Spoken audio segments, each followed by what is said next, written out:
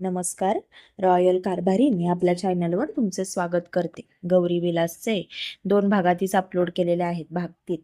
गौरीच्या वडिलांनी आता घरी तिच्या आईला गौरीला सांगितलं की गौरीसाठी मुलगा पाहिला आहे आणि मी जे म्हणतोय तेच होणार या घरामध्ये, असं सांगितलं. आणि खूप रागात होता. गीता गौरीला म्हणाली, गौरी, खरंच यांनी तुझ्यासाठी स्थळ पाहिलं आहे, पण मला नाही वाटत की काय चांगला मुलगा असेल म्हणून. ते म्हणतात श्रीमंत आहे, पण नुसतं श्रीमंत असून चालत नाही ग. माणसं सुद्धा चांगली लागतात. नेमकं कसं घर आहे, काय आहे, काहीच सांगत नाहीये. मुलगा कसा आहे, काय करतो, असं उघड उघड काहीच सांगितलं नाही त्यांनी आपल्याला. आई गौरी आईला म्हणाली, आई आता जाऊ दे, जे आहे ते आपण मान्य करूयात, कारण की बाबांना मी आता एक क्षण सुद्धा या घरात नको आहे. गौरी तिचा भाजलेला हात दुसऱ्या हातात घेत म्हणाली, आई मला ह्या घरात कधीच सुख भेटलं नाही आणि माझी जास्त काहीच अपेक्षा नव्हती ग. फक्त तुमच्या दोघांचं प्रेम हेच माझ्यासाठी खूप होतं, पण त्यातलं फक्त तुझंच प्रेम मला भेटलं. बाबांच्या प्रेमाला मी कायम पोरकीच राहिले, पण मला माझं सासर हे छान भेटणार हे मला माहिती आहे. गीताने गौरीच्या डोक्यावरनं हात फिरवला आणि गौरीला म्हणाली, नक्कीच भेटणार. आणि तुझ्या आयुष्यात येणारा जोडीदार सुद्धा चांगलाच असणार. तुझ्या प्रत्येक चांगल्या वाईट प्रसंगात साथ देणारा भेटणार तुला. गौरी आईला म्हणाली, आई आता तू माझी चिंता सोड. आता तू तुझ्या तब्येतीकडे लक्ष दे. तसंही मी आता काही दिवसांचीच पाहुणे आहे या घरात, असं म्हणाली आणि तिचा कंठ दाटून आला आणि डोळ्यातनं अश्रू वाहू लागले. आईने गौरीला हृदयापाशी कवटाळलं आणि दोघी मायले की एकमेकींना घट्ट मिठी मारून रडायला लागल्या. विलासचे आई वडील त्याची वाट पाहतच होते. कधी एकदा तो घरी येतोय आणि त्याच्या कानावर या सगळ्या गोष्टी आम्ही घालतोय, असं त्यांना झालं होतं. विलासच्या मागे त्याची बहीण होती लहान, आणि तिचं सुद्धा लग्न ठरलं होतं. पण त्यांना त्याआधी विलासचं लग्न लावायचं होतं.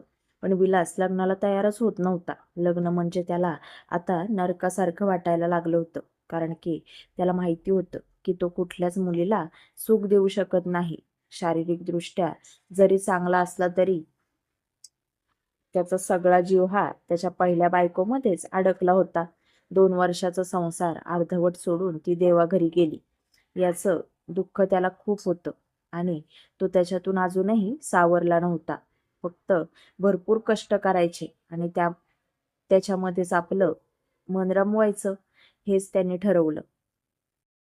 पुरुष होता म्हणून रडतही नव्हता, कारण की रडला असता तर त्याची कुंकवत बाजू सगळ्यांना दिसली असती. मनातलं काहीच बाहेर काढत नव्हता आणि काढणार तरी कोणाजवळ ना. अशी बिचाऱ्याची अवस्था झाली होती. नुसता मनातल्या मनात कुडत होता आणि त्याच्या बायकोच्या आठवणीच्या सहाराने जगत होता. त्याची ही अवस्था त्याच्या आईवडिलांना पाहवायची नाही. 2 वर्ष तिला जाऊन झाली होती, तरी सुद्धा विलास सावरला नव्हता. आई-वडिलांनी खूप प्रयत्न केले त्याला समजवण्याचे, पण तो नाहीच म्हणायचा. आता फक्त शेवटचा प्रयत्न करून बघायचा, असं त्यांनी ठरवलं. कारण की लग्नाचा विषय काढला की विलासचं डोकं खूप तापायचं आणि त्याची खूप चिडचिड व्हायची. त्याला होणारा त्रास त्याच्या आई-वडिलांना पाहवायचा नाही, म्हणून ते सुद्धा जास्त विचार करायचे नाहीत या गोष्टीवर. पण आता स्वतःहून गौरीचे बाबा गौरीला द्यायला तयार झाले आहेत. त्याच्यामुळे त्यांना थोडी का होईना आशा लागली. एखादी मुलगी त्याच्या आयुष्यात आली तर त्याचा जीवन बदलू शकतं. किती दिवस तिच्या आठवणीत झुरत बसणार आहेस, कोणास ठाऊक. निर्मलाचं सुद्धा लग्न करायचं आहे आपल्याला. त्याच्या आधी याचं लग्न झालं तर बरं होईल, नाही का? आता दोघांच्या अशा चर्चा चालल्या होत्या एकमेकांमध्ये. आणि विलास सुद्धा शेतावरून आला. रखरखत्या उन्हात कष्ट करून अंगातून घामाच्या धारा निघत होत्या त्याच्या. अगदी लाल लाल झाला होता तो. आला तसा आईने त्याला तांब्याभर पाणी दिलं आणि आईला विलास म्हणाला, काल कोण आलं होतं घरात? कुठल्या पाहुण्यांसोबत आता जुळवणं चाललं आहे? आईने विषय काढायच्या आधीच विलासने विषय काढला. आई थोडीशी घाबरतच विलासला म्हणाली, अरे तू आत्ताच आला आहेस ना, शांत हो. हातपाय तोंड धुवून घे स्वच्छ आणि जेवायला वाढते. जेवायला ये, जेवून घे. विलास म्हणाला, ठीक आहे. आज त्याने जास्त चिडचिड केलीच नाही म्हणून आईला थोडंसं बरं वाटलं. तो आतमध्ये गेला तसा आई बाबांना म्हणाली, अहो थोडंसं विलासच्या कलाकलाने घ्यावं लागणार आहे आपल्याला, कारण की त्याला ह्या वेळेस समजवायचंच आणि लग्नाला तयार करायचंच. सगळं कसं चांगलं जुळून आलं आहे. विलासचे बाबा आता थोडेसे काळजीतच पडले आणि आईला म्हणाले, अगं पण मुलीचं वय लहान आहे आणि आपण तयार आहोत, पण विलास तयार होईल का? विलासच्या आणि त्या मुलीमध्ये जवळजवळ 12 वर्षाचं अंतर आहे, कसं चालेल? आई म्हणाली, त्याची काळजी तुम्ही करू नका. अहो आता कसले आडेवेडे घेऊ नका. बरं ठीक आहे. विलास सुद्धा हातपाय तोंड धुवून कपडे बदलून आला आणि आईला म्हणाला, आई जेवायला वाढ, खूप भूक लागली आहे. आई भुईमुगाच्या शेंगा आणल्या आहेत आपल्या शेतातल्या. आई म्हणाली, हो. अरे विलास पोटभर जेव, आम्हाला जरा तुझ्याशी महत्वाचं बोलायचं आहे. तुझं जेवण झालं की आपण बोलूयात. विलासच्या मनात आता थोडीशी पालचूक चुकली आणि नक्कीच यांना लग्नाविषयी काहीतरी बोलायचं असणार. दुसरा काही विषय असतो यांच्याकडे. विलास आईला म्हणाला, आई. आईने आता विलासला शपथ घातली. विलास तुला माझी शपथ आहे. तुला गेलेल्या माणसांची काळजी आहे, पण इथे जिवंत तुझ्या समोर घरात वावरत आहेत त्या माणसांचं तुला काहीच पडलेलं नाही, हो का नाही? अरे तुझ्याकडे बघून आम्ही दिवस रात्र झुरत आहोत रे. तू आमचा मुलगा आहेस. आमच्याच डोळ्यासमोर तुझं असं वागणं बघून आम्हाला काय वाटत असेल? आणि बास झालं आता. मला काही ऐकायचं नाही. जेवून घे. तुला माझी शपथ आहे.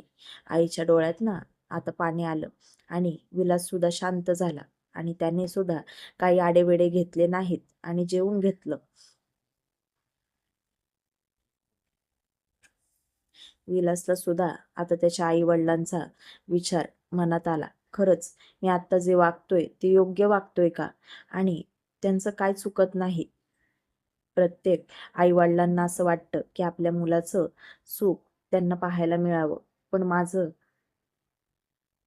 माझंच मन तयार होत नाही. त्याला मी काय करू? आणि हे आई आणि आप्पांना कसं सांगू हेच कळत नाही, कारण की हे दोघे ऐकणाऱ्यातले नाहीत. कारण की आता निर्मलाचं सुद्धा लग्न आहे. त्यामध्येच ह्यांनी माझ्यासाठी मुलगी पाहिली. आता माझ्या लग्नाचा घाट घालणार आहेत का काय? काय माहिती? या सगळ्या विचारामध्ये आणि त्याच्या डोक्यात चाललेल्या गोंधळामध्ये तो एक एक घास खात होता. त्यात त्याला त्याच्या पहिल्या बायकोची येणारी आठवण, या सगळ्या गोष्टी एकत्र झाल्या होत्या आणि त्याला अजूनच जास्त त्रास होत होता. विलासचं जेवण झालं आणि तो आईला म्हणाला, आई मी आता खूप दमलेलो आहे, मी जरा झोपतो. आप्पा आता जोरात विलासला म्हणाले, विलास तिथेच थांब, आम्हाला तुझ्याशी महत्वाचं बोलायचं आहे. आमचं बोलून झालं की तू जा आणि झोप. आम्ही तुझा जास्त वेळ घेणार नाही आणि तुलाही माहिती आहे की आम्हाला काय बोलायचं आहे. आता बास झालं. आम्ही जे सांगतोय तेच करायचं इथून पुढे. आम्ही तुझं ऐकलं ना आत्तापर्यंत, तुला कुठलाच आग्रह केला नाही, पण आम्हाला सुद्धा आमचा वंश पुढे न्यायचा आहे. या घराला, एवढ्या मालमत्तेला कोणीतरी वारीस हवा का नको? आणि आम्हाला माहिती आहे की पल्लवीचं दुःखद निधन झालं, पण ते काय आपल्या हातात आहे का?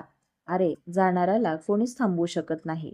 पण आता तुझ्या आयुष्यात गौरीच्या रूपाने नवीन व्यक्ती येत आहे, तुझं आयुष्य बदलायला, तुझ्या आयुष्यात आनंद घेऊन यायला. अरे आमच्या डोळ्यासमोर आमच्या तरण्या ताठ्या मुलाची ही अवस्था आम्ही पाहत आहे. आम्हाला कसं वाटत असेल?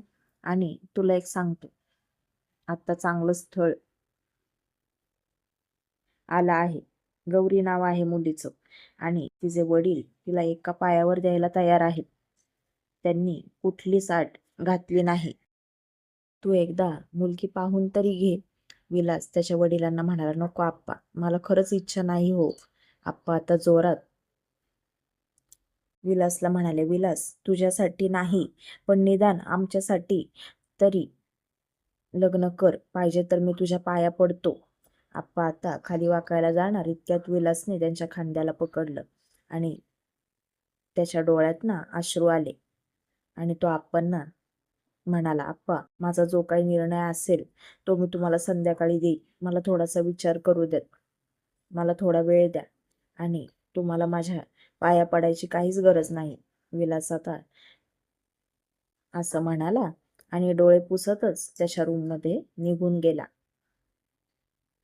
आई आता पुढे आली आणि आप्पांना म्हणाली, काय हो, तयार होईल का लग्नासाठी? आप्पा म्हणाले, त्याला तयार व्हायलाच पाहिजे, नाहीतर माझं मेलेलं तोंड बघेल तो. तसंही त्याला बघत आपण रोज मरतच आहोत की. आता हा शब्द विलासने ऐकला आणि विलासने त्याच्या खोलीचं दार लावून घेतलं आणि त्याने आता थोडासा विचार केला. चेहऱ्यावर थोडं पाणी मारलं आणि बाहेर आला. बेडवर बसला शांत, भिंतीला डोकं टेकून विचार करायला लागला. काय करू मी? पल्लवी, माझ्या मनातून तू जातच नाहीस ग. आणि मी माझ्या आयुष्यात तुझी जागा कोणालाच देऊ शकेल असं मला नाही वाटत. जी येणारी मुलगी आहे ती तरी सुखी राहील का माझ्यासोबत? आता आई आणि आप्पांना कसं समजवू? आप्पांनी तर टोकाचीच भूमिका घेतली आज. मग मी काय करू? विलासचे डोळे आता पाण्याने भरले आणि त्याला आता काहीतरी निर्णय घ्यायलाच हवा असं त्याने विचार केला. त्याच्या डोक्यात खूप विचार आले. त्याने कपाट उघडलं तर त्या कपाटात त्याच्या पहिल्या बायकोच्या साड्या, सगळे कपडे होते. तिच्या आठवणी विलासने हटवल्या नव्हत्या. ती नाही, पण तिच्या ह्या सगळ्या आठवणीच्या सहारानेच तो जगत होता. तिची आठवण आली की तिची एखादी साडी घ्यायची आणि डोक्याखाली घेऊन झोपायचा. विलास आता शांत झाला आणि बेडवरती विचार करत बसला. विचार करता करता त्याचा डोळा लागला आणि तो तिची साडी हृदयाजवळ घट्ट कवटाळून एकदम गाढ झोपी गेला आणि त्याला खूप छान स्वप्न पडलं. स्वप्नात त्याची पल्लवी आली आणि त्याच्या शेजारी बसली. त्याच्या डोक्यावर ना हात फिरवला. पल्लवी विलासला म्हणाली, अहो, किती विचार करताय? नका इतका विचार करू आणि माझ्या आठवणीत तुम्ही तुमचं नुकसान करून घेऊ नका. स्वतःच्या जीवाला का मारताय? तुम्हाला अजून खूप पुढे जायचं आहे, खूप जगायचं आहे. मी गेले म्हणून काय झालं? मी सदैव तुमच्या सोबत राहणार आहे. तुम्हाला तुमचं आयुष्य आहे. निदान माझ्यासाठी तरी तुम्ही त्या मुलीसोबत लग्न करा. बस एवढंच स्वप्न पडलं त्याला आणि विलासचे डोळे धडकन उघडले आणि त्याने आजूबाजूला पाहिलं आणि पल्लवी पल्लवी करत तोही रडायला लागला. पण त्याला आजूबाजूला कुठेच पल्लवी दिसली नाही. विलासला आता काय करावं काहीच सुचेना. तो म्हणाला, पल्लवी, तुलाही हेच वाटतं का की मी लग्न करावं? तोही विचारात पडला आणि आप्पांना आता काय सांगू याचा विचार तो करायला लागला. पुढील भाग पाहण्यासाठी चॅनलशी कनेक्टेड राहा.